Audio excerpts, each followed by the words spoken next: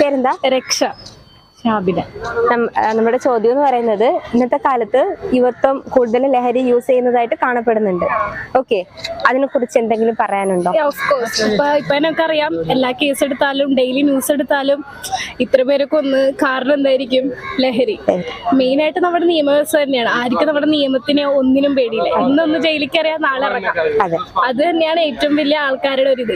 ഇപ്പൊ എല്ലാരും 2K kids എന്നാ എല്ലാരും പറയുന്നത്, പക്ഷെ അങ്ങനെ ആയിരിക്കൂല. എന്നാലും നമ്മൾ ഡേ ബൈ ഡേ ഓരോ കേസും കൂടി തന്നെയാണ്. പ്രത്യേകിച്ച് ആർക്കും നിയമവ്യവസ്ഥയോ പേടിയില്ലാത്തയോ, അതാണ് മെയിൻ കാരണം.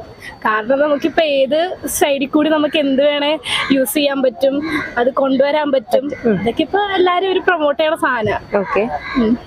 നമ്മുടെ നിയമം സ്ട്രോങ് ആക്കണം എന്നാണ് പറയുന്നത്. Of course. പിന്നെ എന്തായാലും ഇപ്പൊ നമ്മൾ പുറത്തത്തെ കൺട്രീസിലാണെങ്കിൽ കാണാൻ പറ്റും, ഇങ്ങനെ ഒരു കേസ് വന്ന് എന്താ അതിന്റെ ആക്ഷൻ എന്നും ആക്ട് എന്താ. പക്ഷെ ഇവിടെ അങ്ങനല്ലല്ലോ.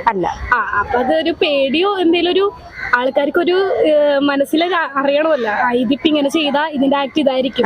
അത് എങ്ങനത്തെ ഒരു പേടിയൊന്നും ഈ നാട്ടിൽ ഇല്ലാത്തതുകൊണ്ടാണ് ഇതിങ്ങനെ കേസൊക്കെ വർദ്ധിച്ചത്.